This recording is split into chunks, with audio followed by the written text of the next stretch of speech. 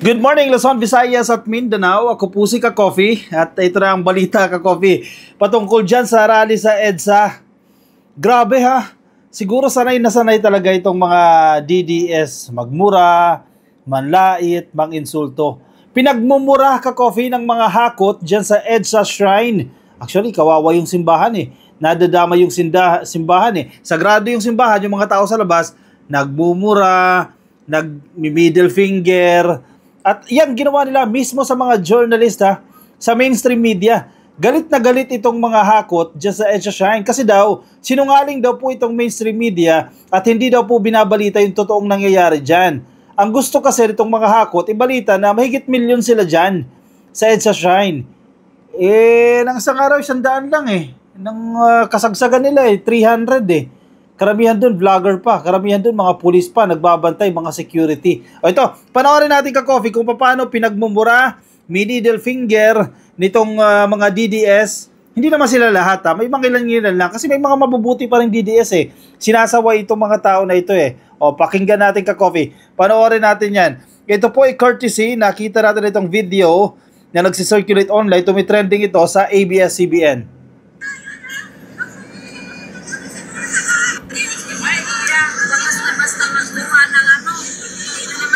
Bawal po kami nagawa? Kayo? Bawal yan. Sino po may sabi bawal kami? Bakit po? Bawal! Bawal daw po silang kunan ng video. Ano ko ate? Bakit nandiyan kayo sa public place? Bawal kayong makunan. Sana hindi kayo nagpunta dyan sa rally na yan. Malamang sa malamang, pupunta ang media dyan, pupunta yung mga vlogger dyan, mga journalist dyan, para ibalita kung ano yung nangyayari dyan. Kung ayaw nyo palang makunan, sana wala kayo dyan. Ang nakakatawa pa sa mga to, yung mga boss nila, may sinasabi dito si Agustin yung reporter ng GMA Sabi daw ni Ka Eric, pwede sila dyan. Pero yung mga DDS ayaw magpakuha. Paano kasi? Pag kinunan sila, nakita ko rin yan halatang halata, naiilan lang ang tao dyan. Wala pa nga 50 pag kinunan sila. May mga drone shot pa nga, wala talaga. Mga dumadaan lang yung tao dyan. O yan, nagagalit sila. Ito mga DDS kasi sa mainstream media nagsisinungaling daw. Sige pa. Patikim lang yan ha. May mga matitindi pa sasabihin itong mga tao na ito. Sabi po ni Ka Eric, pwede naman kami dito. Bakit po sinasabi niyo bawal kami? Kasi hindi nyo nilalabas. Teka lang ma'am. Teka lang ma'am. Siya muna. Bakit po ma'am? Kasi video na wala Ano po ma'am? Nakakatawa si Manang Galit na galit. Galit na galit sa reporter ng GMA, si Agustin. Galit na galit siya kasi hindi raw nilalabas itong media yung totoo. Ano ba talaga yung totoo? Ano ba gusto niyo dyan?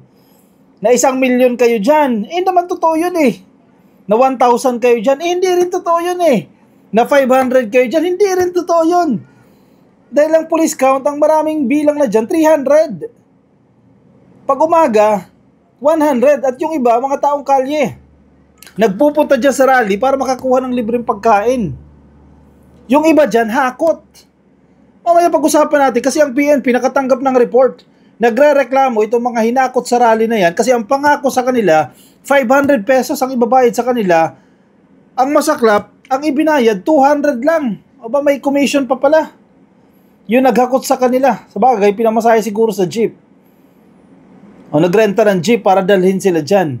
Mula sa 500 pesos na pangako plus pagkain, naging 200 na lang plus pagkain. Yung iba dyan na hindi hakot, mga tagalansangan, nagpupuntahan dyan kasi nakakakuha sila ng libreng pagkain. Kaya maraming bata Kasi mula sa iba't ibang lugar, naku, naranasan natin yan, Ka-Coffee. Ilang beses natin naranasan yan. Pupunta sila dyan sa lugar na yan kasi mandudoon yung pagkain, may nagbibigayan. Balik tayo dito. Sige, ito naman si ma'am. Tanong natin si ma'am. Ayun na, mura. Ano po ma'am? Sabi niyo po. Ano po sabi niyo? Sabi po ni Ka Eric, pwede kami Mga sinungaling kasi kayo. So ano pa sabi niyo? Hindi nyo pinabalita yung totoo. Ano po ba totoo? Yun, nag-middle finger. Hindi ma'am, sabi kasi bawal kami yan. Sabi ni Ka Eric, pwede kami. O, hindi na nagpaalam. Kumikita sila sa... Katinang ulo ko.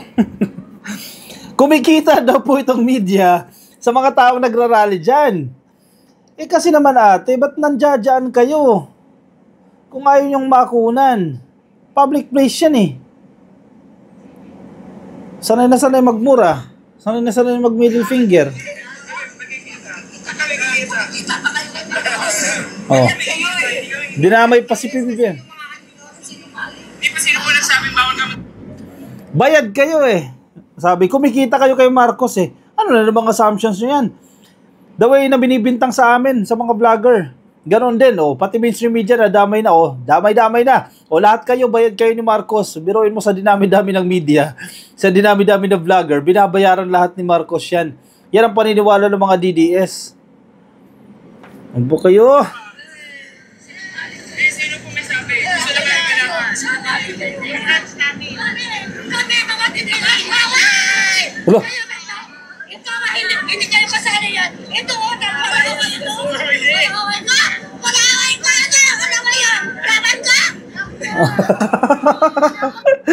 Tinatawanan na sila eh. Palaway daw yung reporter eh. Laban ka? Yung reporter pa yung palaway ah. Talaga naman oo. Hindi mo na maintindihan itong mga DDS na ito. Oo. Anyway, sige, dito tayo sa balitang ito. May mga nagrereklamo po na sa mga hinakot kasi 200 lang ang natanggap nila. Ito, kaugnay ito, sana ibalita natin ng isang araw na vlog natin kasi may nag-circulate ka coffee yung logbook, ayan, 200 pesos yung bayad dyan at may video pa yan. So, excuse me. Yung iba sa kanila nagreklamo na kasi kinatkong nga raw. Alam niyo ibig sabihin ng kinatkong? Binawasan pa. Kumbaga, may tax.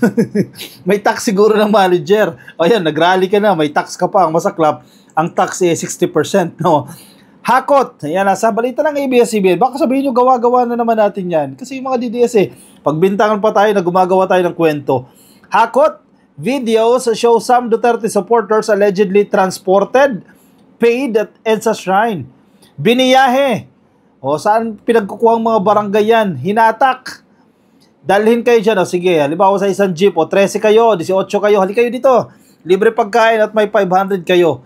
The Philippine National Police presented to the media several videos which supposedly showed the transportation and payment of Vice President Sara Duterte's supporters who gathered at the EDSA Shrine. Dumaan ako dyan kanina, ka-coffee. Tinignan natin. Sabi ko, saan kaya dito yung rally? Wala eh. Wala kang makita. Walang tao. Hindi ko alam kung anong oras ha, kasi dumaan ako dyan mga alas 9. Balikan eh. Alas 9 ng umaga ha. Papunta akong Ayala. And then bumalik ulit ako. Mga alas 11 na. Walang tao. Hindi ko alam kung saan sila. Baka nagtatago sila o nasa loob ng simbahan. PNP spokesperson Brigadier General Jean Fajardo said there was a logbook of those who allegedly received payment to attend the gathering. Ayan, kasi baka ipasa yan, liquidation report yan. Kaya may logbook yan, may patunay. Pero sana doon sa logbook may pirma. The supporters were allegedly promised 500 pesos but some complained that they only received 200 pesos. Oh, may nagsumbong na sa pulis.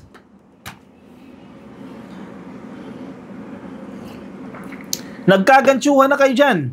Pinangako nyo 500, binayad nyo 200. O nakarating na sa pulis yan. There are some videos na lumalabas na yung iba doon allegedly were transported from their barangays papunta doon sa lugar. Pinangakuan daw na babayaran sila at pakakainin. And in fact, yung iba sa kanila ay nagre-reklamo. Sabi ni Fajardo sa mga reporter. Oh, 100 daw po ang crowd estimate dyan sa may EDSA Shrine. I understand they were allowed by the management of the EDSA Shrine. Ayan na. Kasi ang tanong dyan, bakit nandiyan sila? Bakit pinayagan sila? Actually, binastos na nga nila yung diwa ng EDSA eh. Pinayagan daw po ito ng management ng EDSA Shrine provided, ito yung kondisyones, na yung purpose kapag papasok sa chapel ay magdadasal sila. At they are prohibited from engaging in any protest action, particularly inside the chapel. So hindi rin sila pinayagan mag-overnight sa loob ng chapel, sabi ni Fajardo. Ayan ha, pwede kayong pumunta dyan sa simbahan pero magdasal kayo. Ang masaklap dyan, pumasok ka ng simbahan para Kunyari, magdadasal ka para totoo talaga. Kasi hindi ka pwede kung rallyista ka lang dyan eh. O, tapos paglabas mo, imi-middle finger mo yung media. Pagsisisigawan mo yung media. Mumurahin mo ang kung sino man. Tama ba yan? Parang may mali doon ah. O, bawal sila mag-overnight dyan. Kaya sa labas sila, actually ginagamit kasi yung mga iba, taong kalye naman talaga eh. Yung mga nandiyan dyan eh. Nakita natin eh. Sa the way ng pananamit eh. Yung iba, medyo hindi kaaya-aya eh. Medyo laking kalsada eh, laking kalye eh. So sanay sa labas matulog. Kasi sa simbahan bawal, pinagbawal ng management eh. Ng EDSA Shrine eh. Ang masaklap yung iba doon, kasi hindi mo naman mawawala yan eh. Meron at meron dyan, sincero talaga siya sa kanyang ipinaglalaban. Na-experience natin yan, may mga nakausap tayo eh. Sincere talaga sila sa kanilang ipinaglalaban. Ang problema, ginagamit lang sila. Yung mga taong nagko-control sa kanila, ang sasarap ng buhay. Sila dyan, parang puppet sila dyan, ginaganon lang sila, kinokontrol lang sila ng string. Punta kayo ng EDSA. Si Harry Roque, palainggan nyo to, punta kayo ng EDSA. Nagpunta ba siya? Saan ba sila? Ang sarap ng buhay nila. Hindi sila naiinitan, hindi sila nauusukan, hindi sila naiingayan. Samantala yung mga tao, kinokontrol nila. Sige, ito budget, tagpa 500 kayo, tagto 200, gawa kayo ng placard. Isulat nyo doon sa placard, Marcos magnanakaw. Yun yung nakikita natin eh. Magsisigaw kayo doon. Pag dumating yung media, awayin nyo. Kawawa itong mga tao na ito. Sana magising itong mga tao na to. Dahil ginagamit lang sila ng kampon. Sino nagpupondo dyan? May napanood akong interview ng media. Sino ba nagpupondo sa mga yan? Hindi raw nila alam yung mga ini-interview doon. Bakit kayo nandun dyan? Sino nagpondo sa inyo? Malino naman kung sino. Kanino ba mga supporters yan? Ang tanong, saan galing yung pera? Pogo? O confidential funds? Wala na. Wala na confidential funds eh. Baka natira. Mga natira sa confidential funds. Pero isang common ha, itong mga supporters ha, mga palaaway. Ano mo yung mga tao na yan, palaaway. Walang respeto ba? Manang-mana sa pinagmanahan. Nagbabasa tayo ng mga comment online eh. May nag-comment dito sa video ng ABS-CBN, mga DDS talaga. Sabi, bawal kasi kaunti lang kami, mabubuking kasi kami. Kaya galit na galit si ate sa mga media na kinukunan sila. Bawal daw silang kunan. Kasi pag kinunan na naman sila, tama nga naman, makikita sila na 15 sila o 20 sila, taliwas yan sa pinapakalat nila. Kasi milyon ang pinapalabas nila. Milyon sila. Yung iba, libo-libo daw sila dyan. Tama nga naman, lalabas sa media na 13 lang kayo dyan, kaya galit na galit sila dyan. Mga galit sa rally, nag-rally, ayan. Pati supporters, manang-mana, sabi ng mga netizens. Kung anong ugali ng amo, yun din ugali ng mga supporters. Kapag ang amo may sayad, asahan mo, pati mga supporters, may sayad na din. Yan, 32 milyong boto, ngayon 32 person na lang daw. Yan ha, nasaan yung 32 milyon? Bakit 32 na lang yun ang dyan na nagkikilos protesta? Kasi sa SMNI lang ang video ng mga 80-80. Ano ibig sabihin ng 80-80 yan? Di sinasabi ang totoo. Ano ba kasi ang totoo? Sabi dyan ng mga netizens eh. May pinagmanahan daw itong mga palaaway na ito. Anyari sa mga taong ito? Ilang araw na kayo nananawagan dyan, mga supporters ni Sara. Di ba? Nananawagan na kayo ng kilos protesta for the longest time. Nasaan yung mga tao? Bakit hindi kayo pinupuntahan dyan? Hindi kayo sinusuportahan? Kasi kayo mismo, yung mga leader ng DDS, hindi kayo pupunta dyan dahil takot kayong mainitan. Takot kayong mausukan. Di ba? Kayo mismo eh. Kawawa lang itong mga nabubudol na followers eh. Sabagay, binabayaran. 500 pesos, not bad din yan. Sana wag nyo nang katkungin yan kasi malaking bagay din sa mga tao na yan. Pambili din yan ng bigas, pang-ulam din yan. Ilang araw mo rin pang gastos yan. 2 araw o 3 araw din yung 500 pesos na yan. Ang problema, kinakatkung pa. Ginawa nyo pang 200. Sana taas-taasan ninyo. Hindi nakatulong din kayo dyan, di ba? Parang ayudan nyo na lang din yan eh. Nako! Ano ba nangyayari sa inyo? Tumulong na lang kasi kayo sa gobyerno, hindi kayo puro kayo panira sa gobyerno. Hindi na kayo nakatulong, kayo patong puro reklamo. O siya, sige. Anong komento nyo? I-comment ang inyong opinion, reaction dyan sa ating comment section para mabasa ng mga ka-coffee na nakikinig sa atin. Sa Facebook po kayo, pasuyo na lang. Baka di pa po kayo naka-like and follow. Nasa YouTube naman po kayo, click lang po na subscribe. Nandiyan dyan sa baba at hit nyo na rin yung notification icon para kayo po i-updated sa ating mga bagong upload.